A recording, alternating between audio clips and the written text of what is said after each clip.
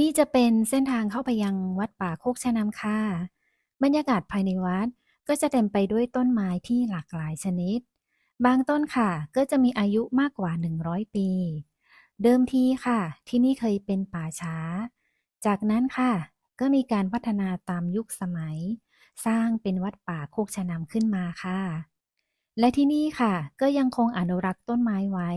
ให้ยังคงเป็นป่าเหมือนเดิม และเป็นสถานที่รองรับพิธีกรรมทางศาสนาเป็นศูนย์ปฏิบัติธรรมในอนาคตด้วยค่ะส่วนในวันนี้ค่ะก็จะเป็นประเพณีแห่ปราสาทผึ้งมายังวัด